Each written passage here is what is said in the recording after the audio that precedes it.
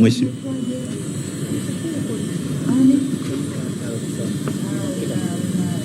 Umeingia mwaka gani? 21. Simama basi, simama babangu. Wewe fundi wa kushona, si ndio? Na wategemewa 2028 kutoka. Haya, ulifanyaje? Nini tena ulibaka? Nilipewa kesi ya kulawiti. Kesi hiyo mheshimiwa nilifungwa miaka 30. Ulipewa, ulifanya kweli? Mheshimiwa. Niambie mimi mama. Mimi.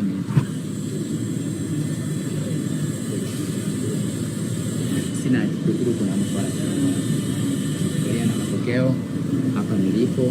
Nashukuru nilipomalizia mwaka 2021 miaka 5.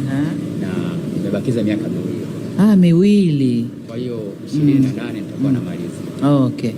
Na kazi unayofanya hii? Kazi nashona nguo za kila aina. Nashona nguo za kiume, nashona nguo za kike. Okay.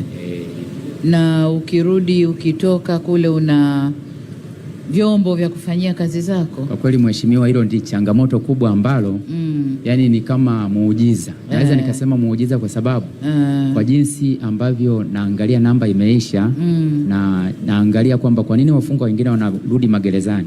Ni kwa sababu wakitoka wanaondoka wakiwa na ujuzi halafu wanakuwa hawana mtaji. Hawana mtaji. Niseme kubwa hususan kwenye swala la ulekebu. Ulekebishaji, hizi nguo kweli ukiziangalia kweli ni ulekebishaji. Lakini tunapokuwa tumeondoka mahali hapa, tumepata vyeti. Mimi nimeingia nikiwa darasa la 7.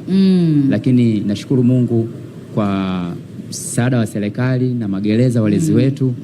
Mwaka jana tumefanya mtihani wa form 4 tukiwa Ukonga. Hongera. Tulikuwa 5, 4 tukapita, akafaulu akafeli mmoja. Kwa kweli tunashukuru kwamba kwenye hii swala hili. Lakini lingine ambalo niliseme mheshimiwa kwamba kwenye magereza yetu utusaidie, kuna watu wamekaa sana. Kwa mfano mimi miaka 13 niko gerezani, familia imeshapalanganyuka.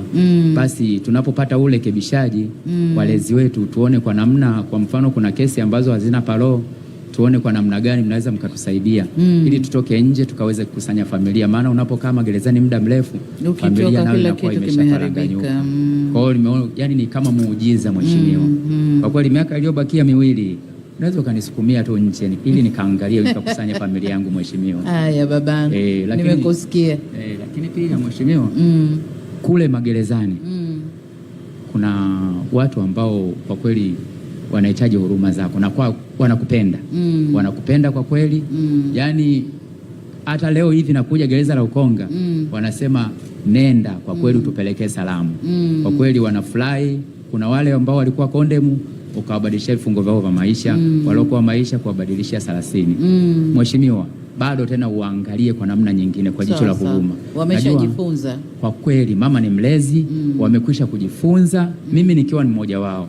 Kwa kweli kule ndani ya gereza tunasali. Tunasali na mimi ni mtumishi wa Mungu nikiendelea kufanya huduma. Kama tulikosea nje au tulisingiziwa tumeingia magerezani, kwa kweli mheshimiwa tumejifunza.